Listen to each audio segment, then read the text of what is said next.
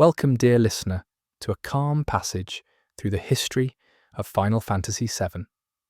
Tonight, I invite you to settle in and let your thoughts drift as we walk together through tales of long-forgotten civilizations, vast energies, and the people whose lives would shape their world.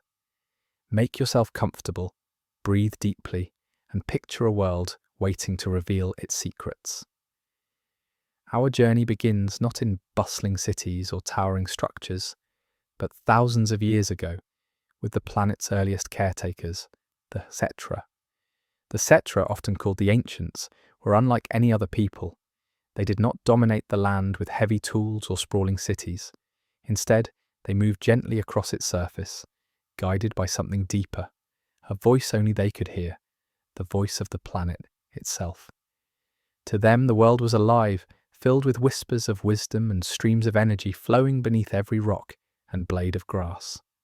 This bond defined their existence, allowing them to live in ways others could scarcely imagine. These nomads travelled endlessly, carrying little more than their traditions, their songs, and the faith that wherever they walked, the planet would walk with them. Imagine them beneath a night sky, shimmering with countless stars, their camps resting on wide green plains, the air cool and still, while in the silence of their meditation they felt the heartbeats of the world. For the Cetra, this connection was not abstract belief, but tangible reality. Through the lifeblood of the planet, the spirit energy, later known as the life stream, they held conversations with the very consciousness of their world. What others might have mistaken for magic was simply the expression of this bond.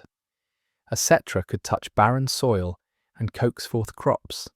They could listen beneath stone and locate hidden springs of purest water.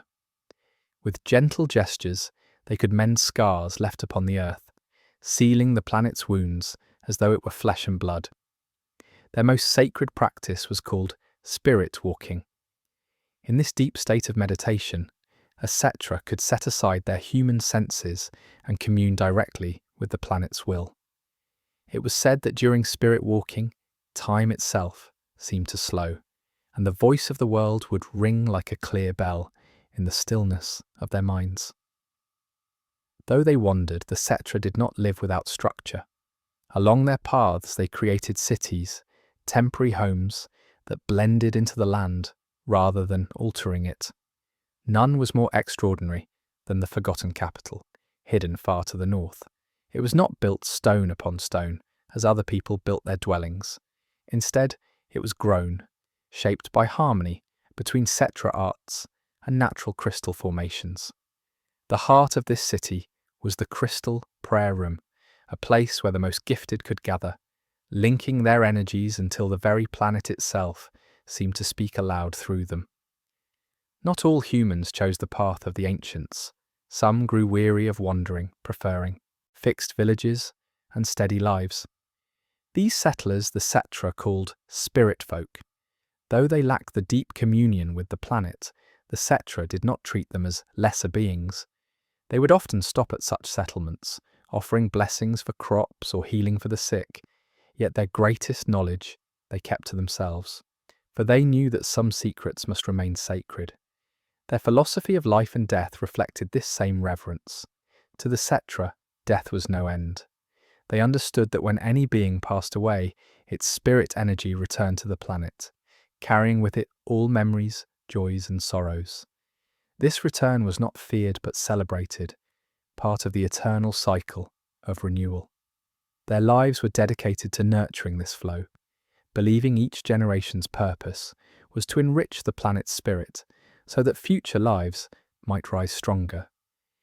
Each morning, they gathered in circles, singing songs pitched to resonate with the planet's rhythm. Children, from the youngest age, were taught to still their thoughts and listen for faint whispers carried on the wind. Their teachings did not rely on writing. Instead, they wove wisdom into songs, stories, and chants passed carefully from voice to voice. These oral traditions, heavy with meaning, ensured that every lesson carried not only knowledge, but the emotion and tone of the one who first spoke it. Their understanding of the natural world went far beyond practical survival. They read the skies like open books, able to trace the slow paths of stars and predict subtle shifts in seasons. A faint tremor beneath their feet might tell them of storms days before they appeared. The smallest flicker in the life stream could warn them of disasters yet to come. With this awareness, they became the planet's guardians, standing watch with quiet humility over the balance of life. Life was not without hardships. Harsh winters struck them. The land sometimes shook with disasters they could not prevent. And there were always those who mistrusted or envied their powers, bringing conflict. But the Cetra never abandoned their nature. Even in the face of threat, they sought first to heal, to soothe, and to understand rather than harm. Their strength was in gentleness, their endurance in patience. As you listen, perhaps you can imagine them, a people forever moving, forever listening. Picture a village of tents under pale starlight, fires burning low as voices rise together in song. Children lean against their parents, half asleep, while the elders speak softly of cycles and rebirth. To them, the land was not property, but kin, every stream and tree a companion. And in return, the planet responded, nurturing them as they nurtured it. For nearly 2,000 years, this balance endured. Generations were born, lived, and returned to the life stream. Their harmony with the world became legend, and their songs filled the wind with a serenity no other people could recreate. This was the golden age of the Cetra, when their presence and the planet's voice were as one. But even in this piece, destiny prepared a darker chapter. One night, as the stars shimmered above, a disturbance unlike any before rippled through the life stream. The Cetra felt it immediately, their hearts trembling with the same pain that coursed through the planet itself. Looking skyward, they saw a burning light tearing across the heavens, trailed by what seemed like black fire. It was the herald of calamity, an omen that their long era of harmony was about to end. The peaceful age of the Cetra could not last forever. On what began as a quiet evening, a tremor passed through the spirit energy that bound them to the planet. It was unlike any disturbance they had ever felt, sharp, foreign, unnatural. Their hearts grew heavy, for they knew the planet's voice had cried out in pain. When they lifted their eyes to the night sky, they witnessed a terrible sight. A radiant object streaking downward, trailing black flames that scarred the heavens. This was no star, no comet of natural birth. It was the harbinger of calamity, what later generations would call Genova. The impact shook the northern continent with catastrophic force. Mountains splintered, valleys trembled, and a vast crater split open in the earth. This wound, deep and jagged, would never fully heal, and it became known as the Northern Crater. Across the globe, storms raged for years, the skies dimmed by ash and dust hurled into the air. Yet for the Cetra, the greatest shock was not the destruction of stone or soil. It was the anguish that radiated from the planet itself, for the world they cherished was bleeding. When at last the dust began to settle, something emerged from the crater. To the eye, it was a figure both graceful and disarming. A woman with long silver hair, her appearance serene, almost divine. She came not with weapons, but with words of peace promising knowledge and power. Some among the Cetra approached her with wonder, drawn to her beauty and her claims. Others hesitated, troubled by the planet's own unease, for in their communion they felt its warnings. It did not take long for the truth to reveal itself. Those who welcomed this visitor soon began to change. At first the alterations seemed like blessings, heightened strength, sharper senses, uncanny vitality. Yet these gifts bore a hidden cost. Slowly, their bodies twisted, their features warped, until they no longer resembled the people they had once been. They became reflections of the creature herself, horrifying shadows of Genova's form. But the corruption did not stop with the body. the most devastating loss was spiritual. The infected could no longer hear the planet's voice. In its place came whispers, alien, insistent, and cruel, emanating from Genova. What had seemed like a gift was a sickness, a virus that spread through contact. Each transformed Cetra, though twisted, retained their memories, their familiar faces, and so they became unknowing lures, approaching family and friends, spreading the infection further with every embrace. The tragedy of this could not be overstated. Imagine a mother seeing her child return with outstretched arms, or a brother welcoming his sister home, only for the embrace to carry within it a poison that corrupted everything sacred. The Cetra felt every infection not merely as a loss of life, but as a wound echoing through the life stream itself. For Genova was not only attacking their bodies, she was seeking to corrupt the very current of spirit energy that sustained the world. In their despair, the Cetra learned something vital. Genova possessed a power they named the gift of the mimetic. It could peer into minds, absorb memories, and wear the faces of those it encountered. This ability allowed it to approach its prey in comforting disguises, striking at the deepest bonds of trust. Yet knowledge of this power also became a weapon for the Cetra. By recognizing its deception, they began to shape their defense. And so began a war unlike any the world had ever known. The Cetra, guardians of harmony, found themselves forced into battle against an enemy that struck at the very fabric of life. Their healers turned their gifts toward purification, discovering ways to push back small pockets of corruption. They wove barriers of spirit energy, circles of protection that slowed the spread of the infection. Each ritual required immense sacrifice, life force poured out, until the very singers and healers fell, their strength given back to the planet in final devotion. Years dragged on in this struggle. Villages fell silent, families were torn apart, and countless Cetra gave their lives. Yet through their persistence and willingness to sacrifice, hope remained. They learned that Genova, though powerful, was not invincible. Its strength lay in deception and corruption, not in invulnerable might. At last, the greatest among the Cetra gathered, pooling their spirit energy into a final desperate act.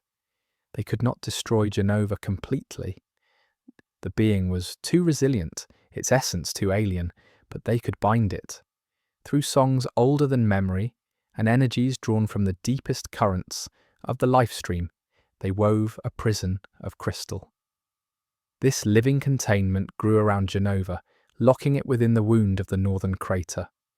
The effort cost countless lives, for to channel such power was to give oneself wholly to the planet. Yet when the ritual ended, the calamity was dormant. Genova had been sealed away. Still, peace did not return easily. Though the danger was subdued, the survivors understood a grim truth. As long as Genova existed, the planet would never be safe. Guardians were placed near the crater, their duty unending vigilance. Songs were sung not of triumph, but of mourning, for in winning their war, the Cetra had lost much of their people, their strength scattered like ash on the wind.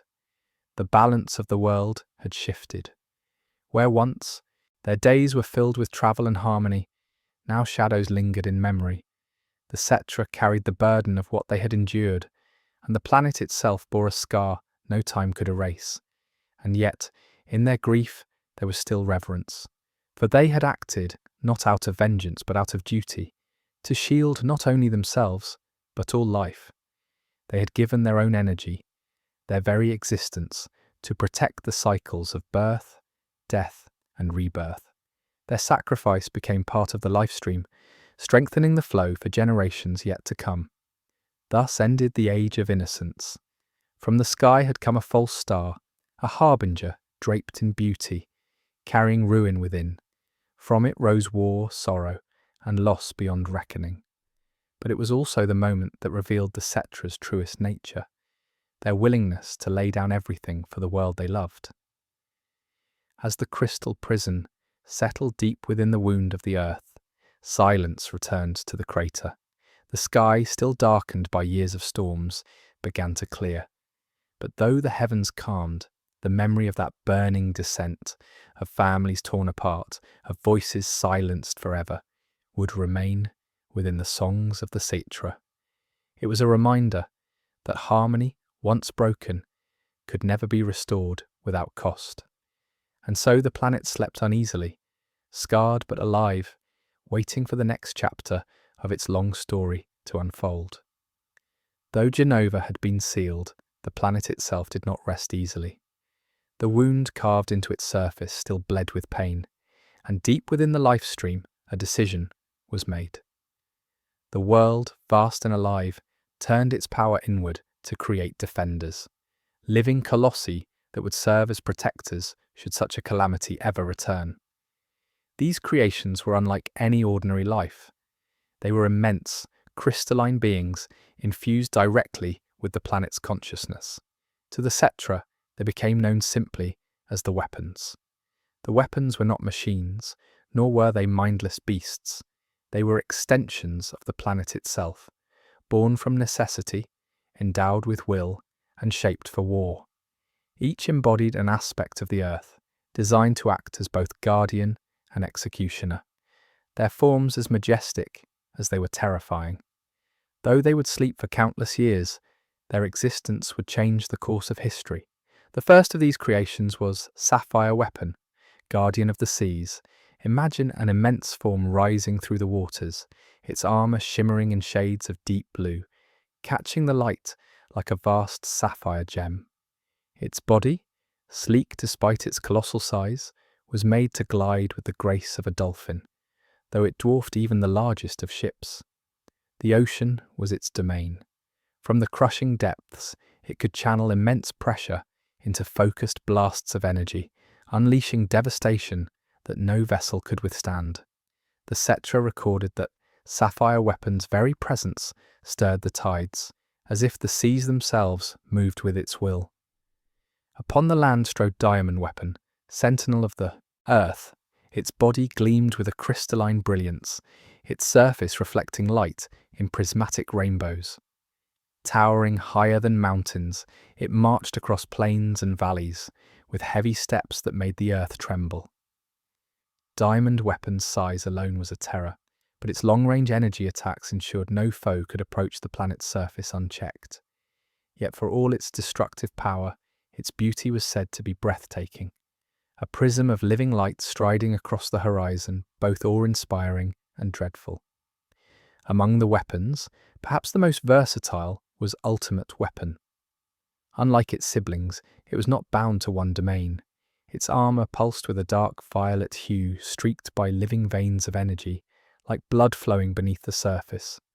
Ultimate Weapon could shift its strategies, adapting its methods to whatever threat it faced. Its very design was flexible, a manifestation of the planet's will to survive.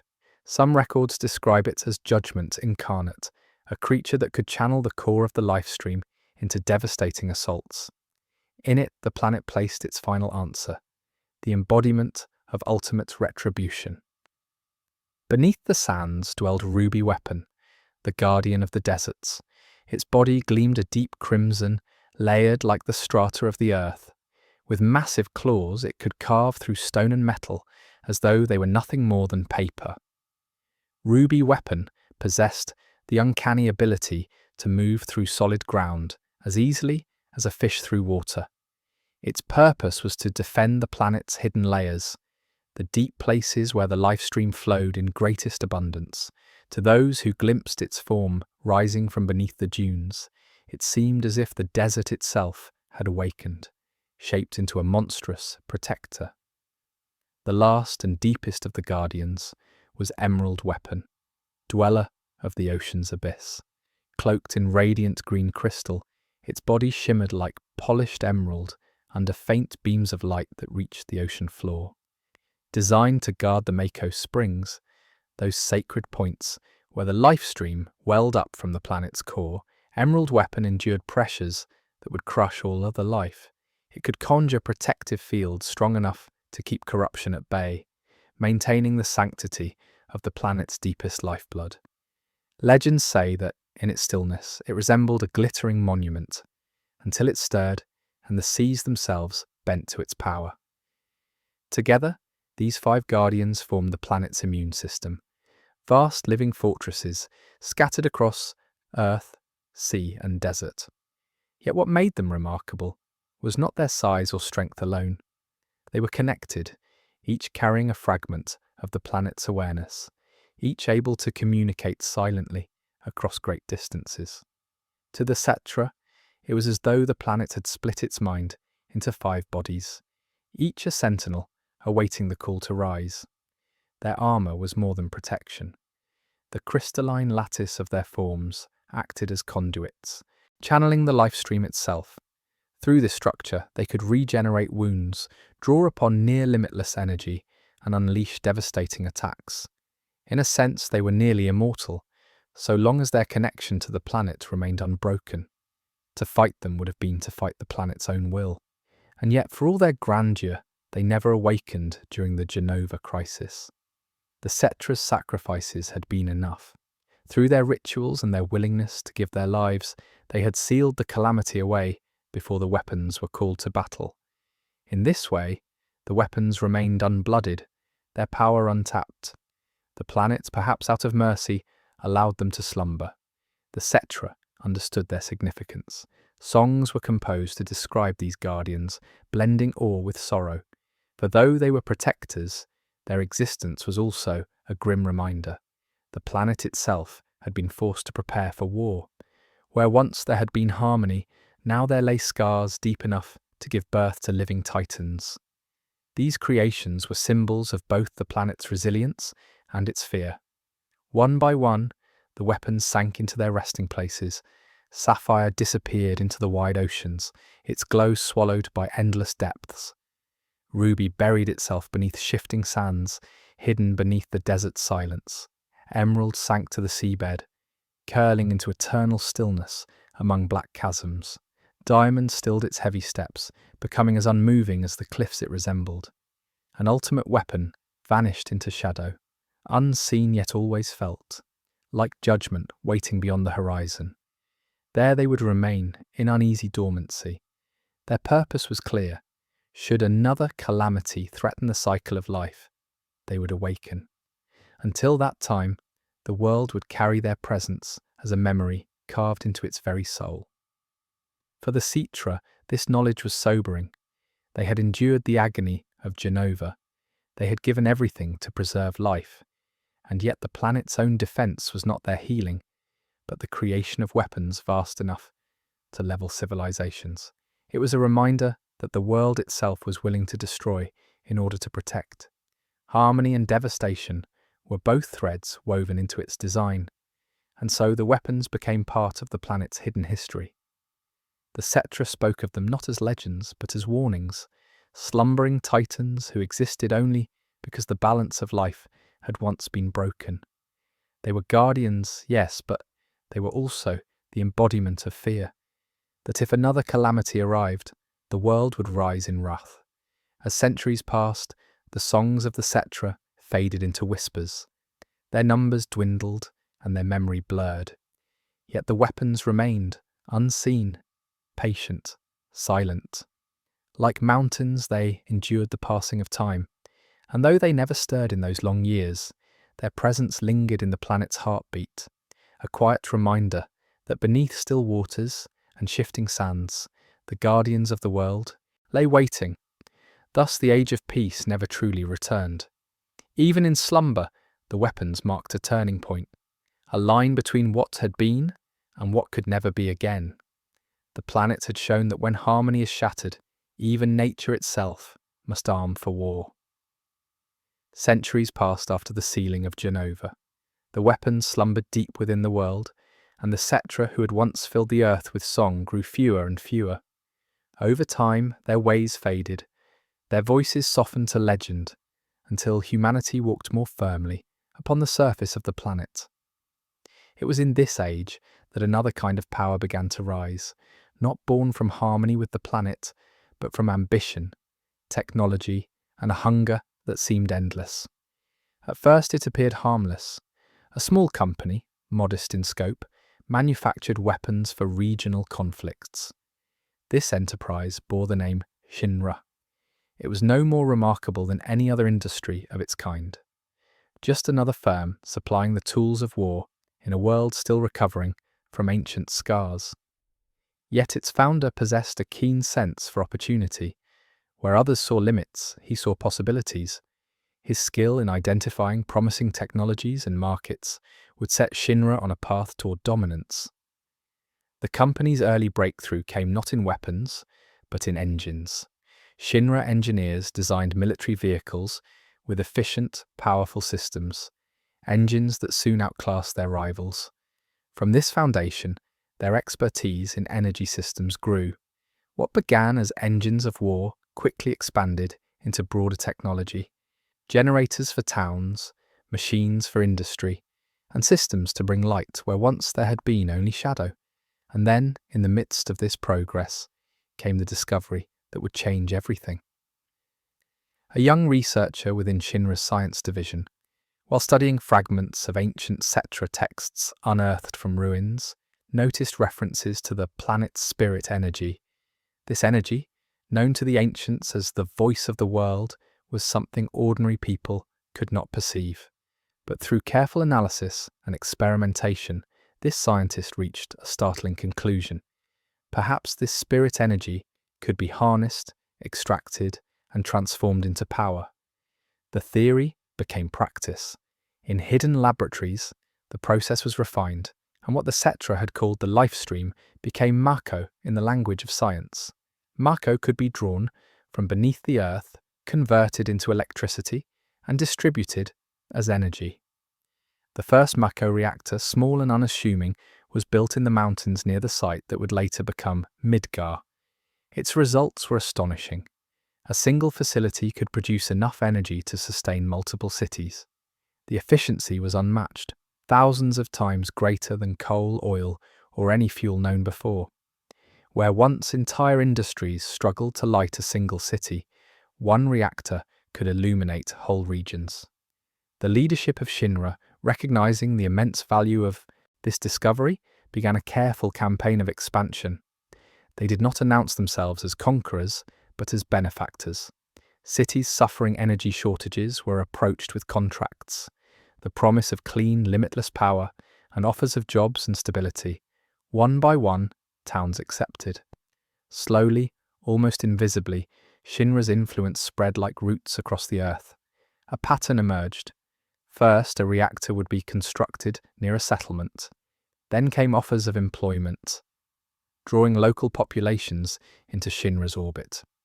With time, control over the settlement's governance would shift, until Shinra's authority overshadowed all else. They called this process urban development. Yet in truth, it was colonization by another name, not by armies but by contracts and wires. To manage this growing empire, Shinra reorganized itself into divisions, each powerful in its own right. The Department of Urban Development oversaw construction. The Science Division continued its research into Mako and its many possible applications. The Public Safety Maintenance Department kept order, while the Weapons Division ensured Shinra's military edge remained sharp. There was even a space program, a gesture of ambition reaching toward the skies. Each division had its own director, yet all bowed to the authority of President Shinra, whose name became synonymous with power. The culmination of this rise was a city unlike anything the world had seen before, Midgar. Picture a vast plate suspended high above the ground, a disk of metal and concrete nearly 50 meters in the air, supported by 8 colossal pillars. Each sector of this city had its own reactor, feeding energy directly into the homes and streets above. Mako hummed through pipes and cables, carrying light, heat, and life into every corner of the plate. Above, on the shining surface, people lived in luxury. Streets gleamed with neon, buildings rose tall, and entertainment thrived. Shinra advertised this life as the reward for progress, a symbol of ascension, proof that those who aligned themselves with Shinra could rise above their origins. But beneath the plate, in the slums forever cloaked in shadow, another life persisted.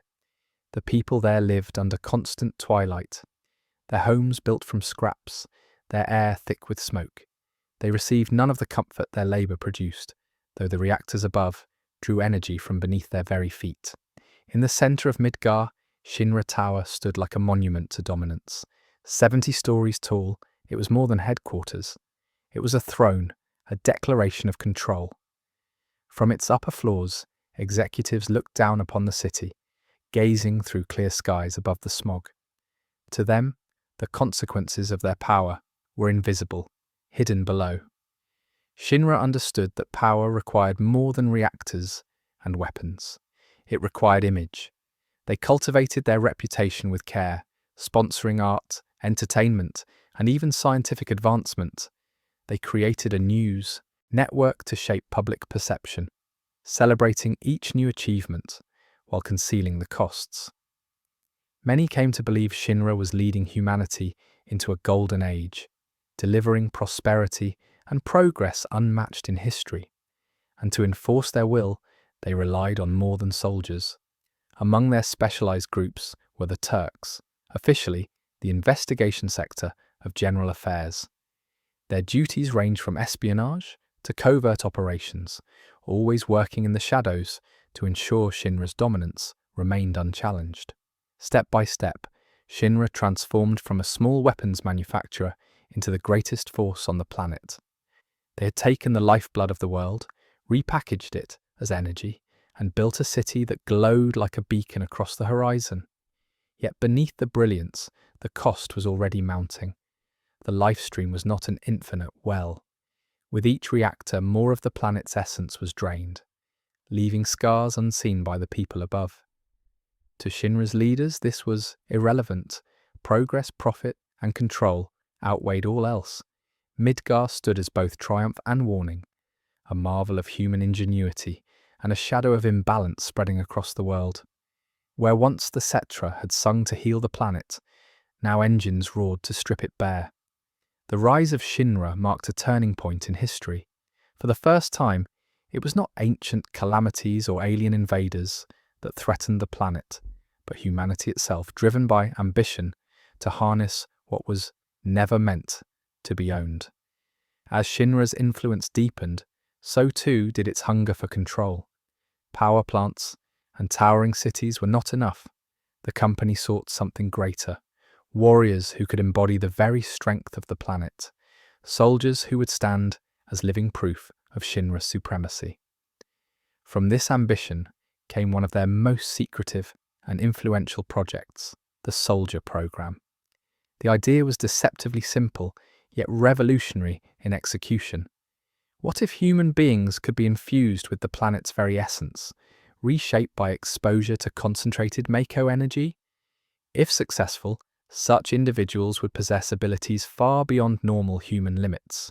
Speed, strength, perception, even resilience bordering on the superhuman. It was a bold dream, to create guardians forged not by tradition, like the Cetra, but by science and will. The process was perilous. Candidates selected for the program underwent rigorous screening, both physical and psychological.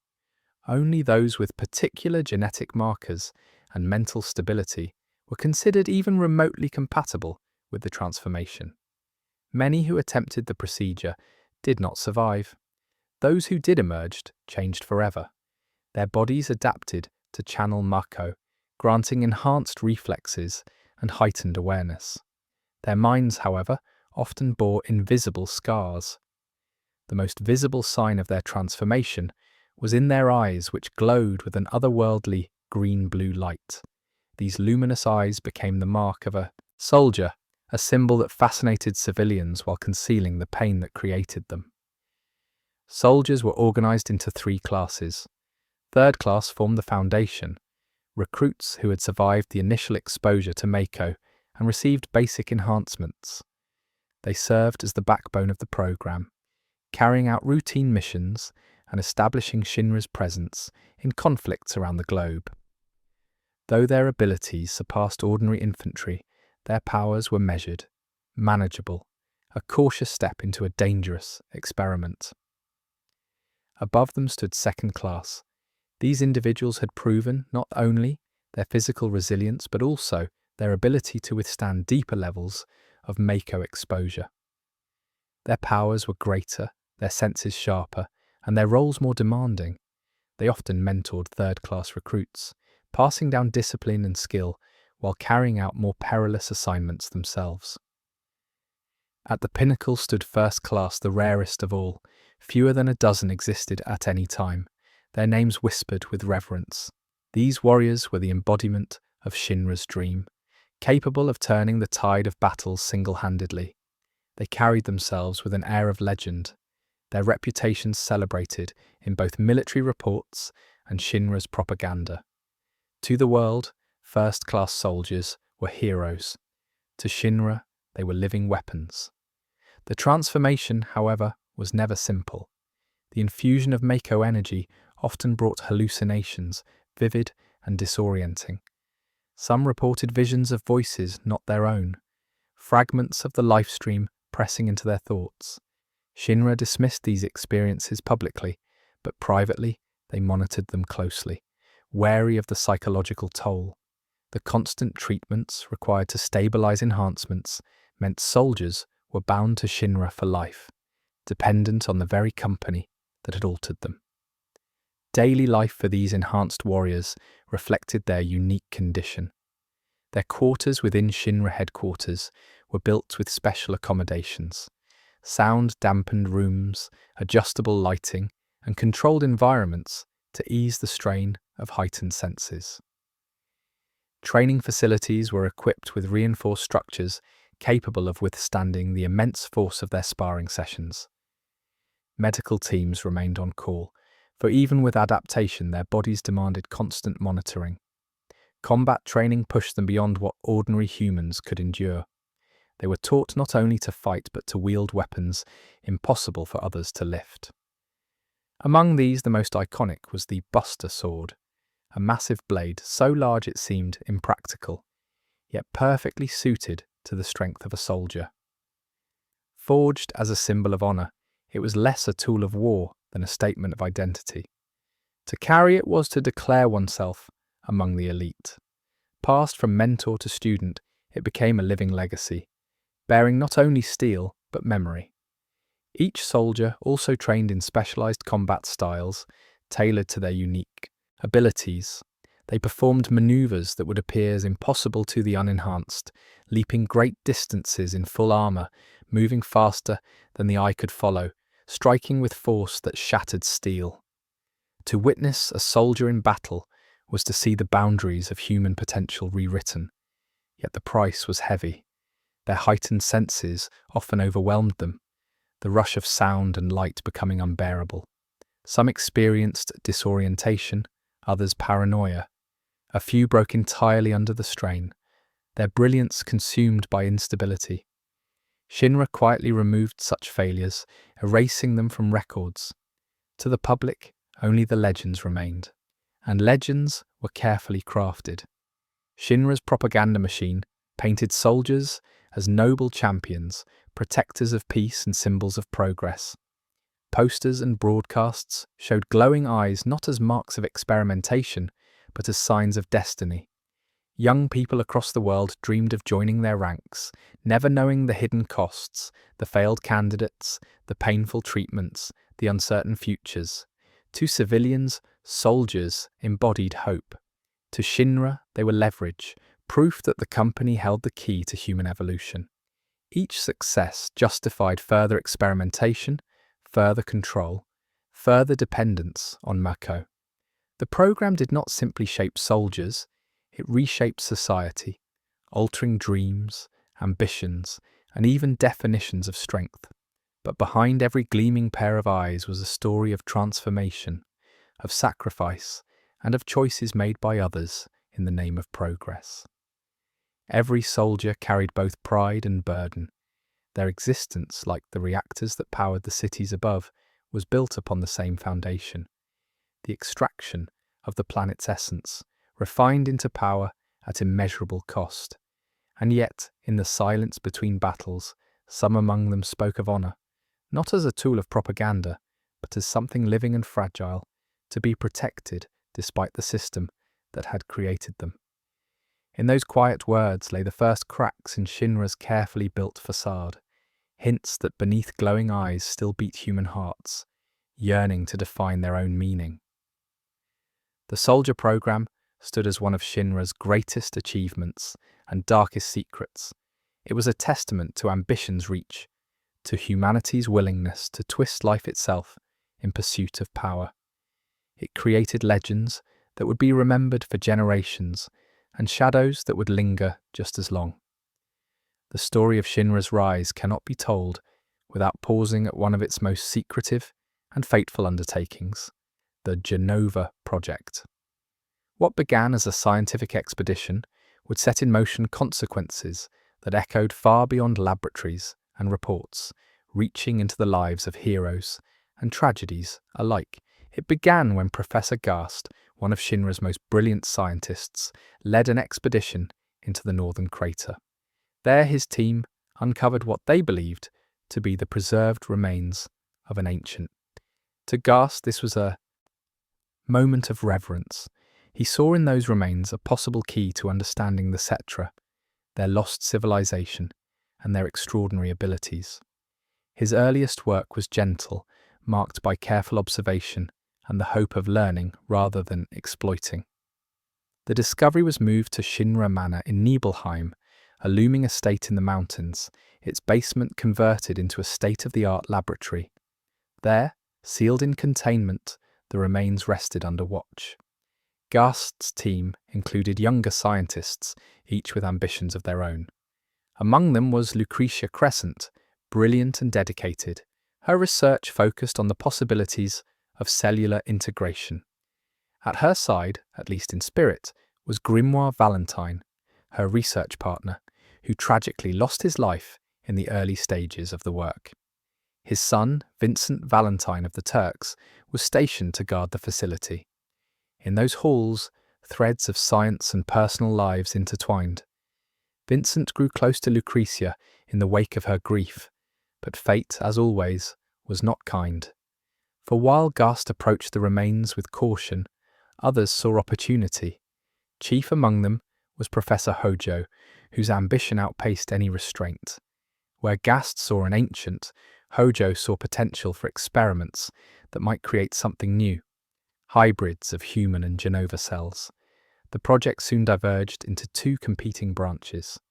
Project S, led by Hojo, sought to create a perfect human-Genova hybrid before birth. Project G, under Dr. Hollander, attempted to imbue existing humans with Genova's abilities. Both were fueled by rivalry as much as by discovery. It was Lucretia who faced the most tragic decision.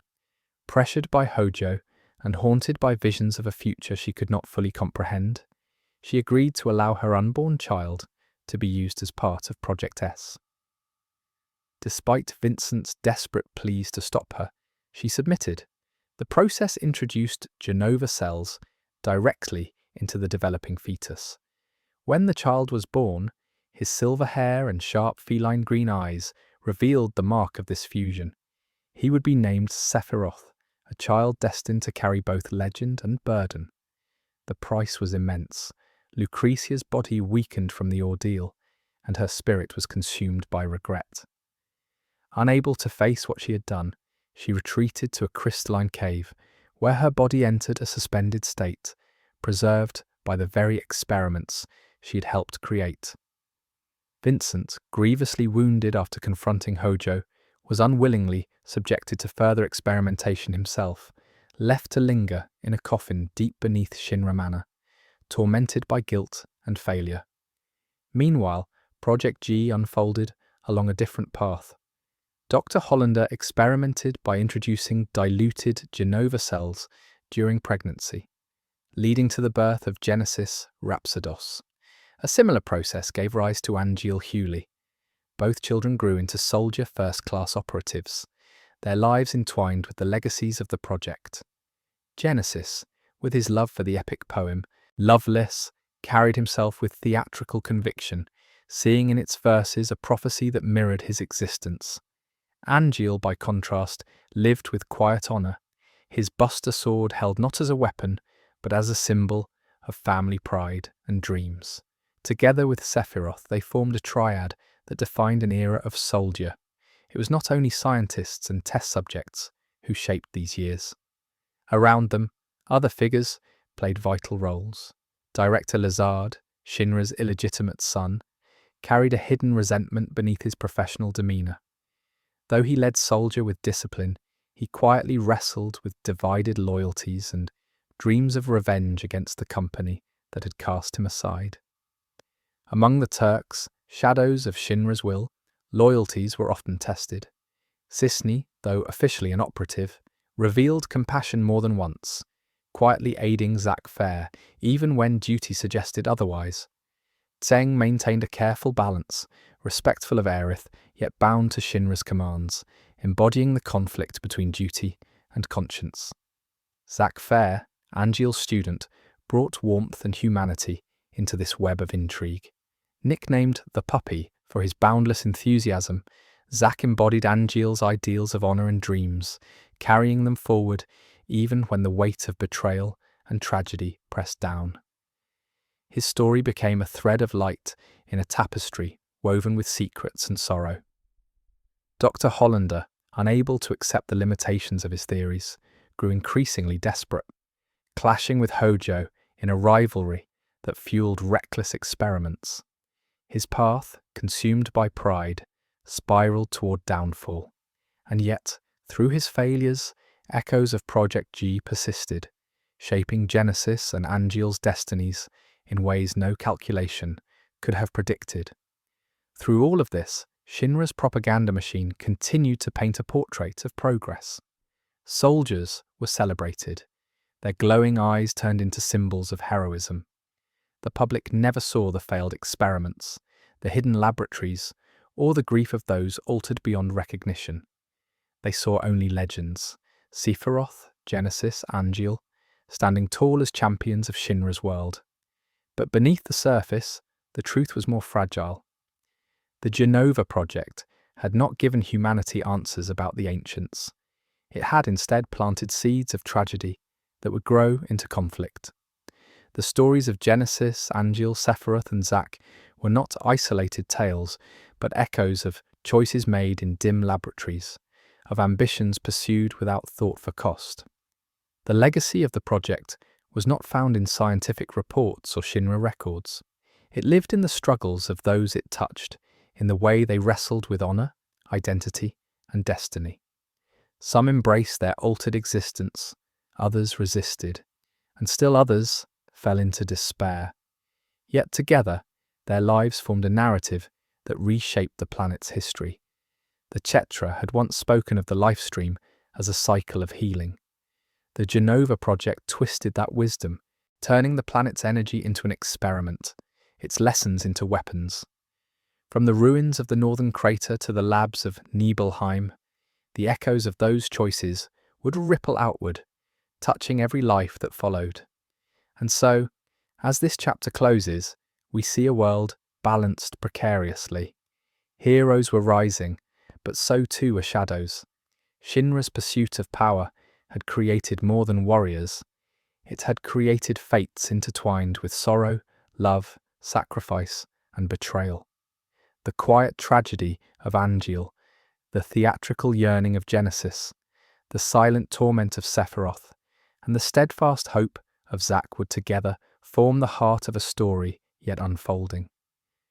The town of Nibelheim lay quietly at the foot of a mountain, its wooden houses clustered beneath sharp peaks. To its residents, life was peaceful, touched only by the faint hum of the nearby reactor. Yet destiny had chosen this place to be the stage for one of history's most devastating events. Reports of malfunction at the mountain reactor brought a small Shinra unit to investigate. Leading the mission was Sephiroth, already a legend in Soldier First Class. At his side was his friend, Zack Fair, equally first class. Though younger, still holding fast to Angeal's teachings. 2 infantrymen joined them, one a quiet boy from Nibelheim itself, Cloud Strife, who had not achieved his dream of becoming soldier, but now returned home in a Shinra uniform. Their local guide was Tifa Lockhart, who knew the mountain paths better than anyone. That first night in town seemed ordinary, yet witnesses recalled Sephiroth standing by the water tower, gazing toward the stars with an expression none could read. Perhaps he already felt a whisper from the reactor above, a pull toward the truth buried in those mountains. The next day, the group began their ascent. The journey was dangerous. Rope bridges swayed over ravines, crystalline outcroppings glimmered strangely in the thin sunlight, and streams of raw mako bubbled through the earth. Tifa spoke of old legends, mysterious lights, disappearances, powers the mountain was said to hide.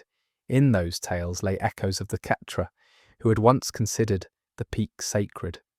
Within the reactor, Sephiroth encountered something that would shatter his identity. Behind sealed doors were pods, failed experiments of Hojo's design, human beings twisted by exposure to Mako and Genova's cells.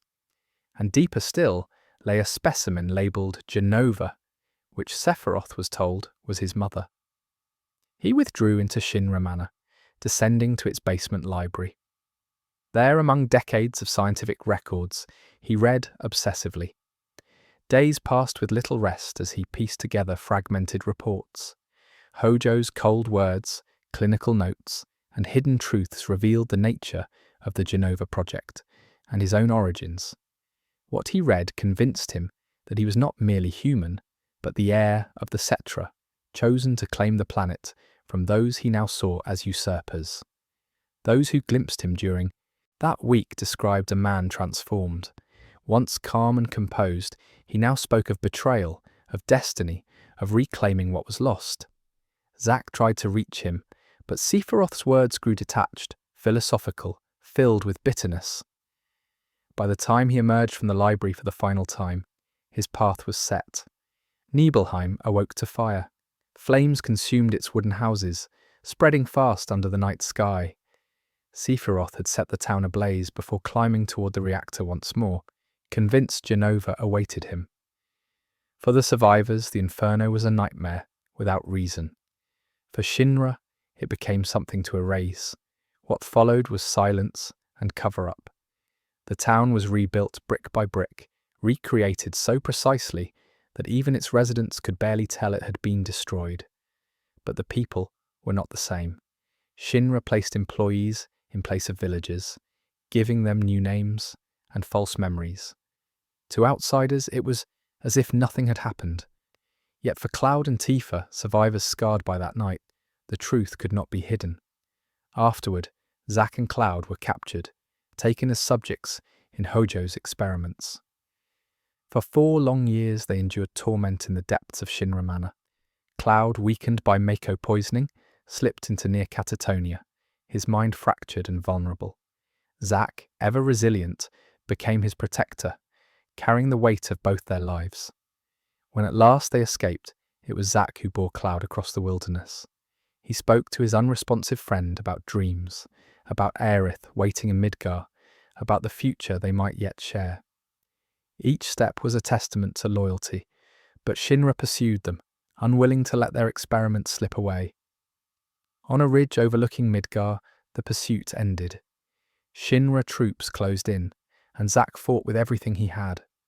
Alone against overwhelming numbers, he battled until his strength was gone, his only thought to shield Cloud. In those final moments, he pressed the great Buster Sword into Cloud's hands.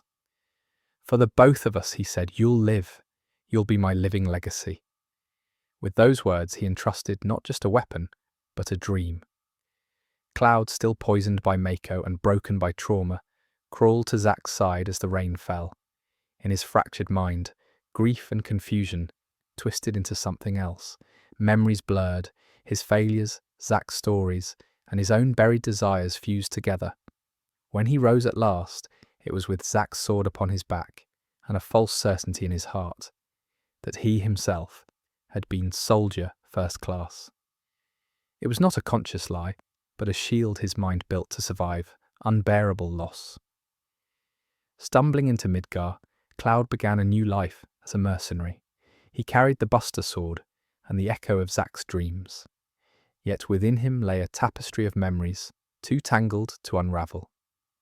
His journey toward truth was only beginning. While Cloud staggered toward his fate, another thread of the story was unfolding elsewhere. The story of Aerith Gainsborough, last of the Cetra. Her tale began before her birth, when her mother, Ifalna, a true Cetra, was captured by Shinra. Professor Gast, who had abandoned the Genova project in disillusionment, had found love with Ifalna, and together they recorded the lost knowledge of the ancients. Yet Shinra found them. Gast was killed protecting his family, and Ifalna, with baby Aerith, was taken for experimentation. Years passed within Shinra's laboratories, until at last, Ifalna escaped, wounded and desperate, reaching only as far as the Sector 7 train station. There, with her final strength, she entrusted Aerith to Elmira Gainsborough, a grieving widow waiting for her husband who would never return from war. In Elmira's care, Aerith grew. In the Sector 5 slums, surrounded by poverty and shadow, Aerith's presence brought something extraordinary. Flowers bloomed in places where nothing should grow. In the broken church, where sunlight pierced the ceiling, she tended a bed of blossoms, each petal a quiet act of defiance against Midgar's steel and smoke. She could hear the planet's voice, though she often kept this gift private. To her, it was both comfort and burden, a whisper of something ancient carried within her blood. Shinra never forgot her. The Turks watched constantly, their orders to secure her. Yet even among them humanity flickered. Men like Tsang, torn between duty and reluctant respect, and Sisney, who sometimes chose compassion over command. Aerith grew into kindness, mischievous and gentle. She sold flowers in the streets, offering small beauty to those who had forgotten it. To Shinra, she was an asset. To those who met her, she was hope. In her, the wisdom of the Cetra endured, a fragile bridge between the planet and a world consumed by greed. And so these stories converged. Sephiroth's descent into darkness, Zack's sacrifice, Cloud's broken identity, and Aerith's quiet strength. Each thread, born of choices made long before, now intertwined, leading toward the events that would unfold in the days ahead. As we reflect upon them, a pattern emerges. The planet, ever patient, carried the scars of Genova's impact, of Shinra's ambition, of humanity's mistakes. Yet within those scars were lives shaped by love, by sacrifice, and by fragile dreams. The Cetra once sang of balance, of harmony between life and earth. Their voices are gone.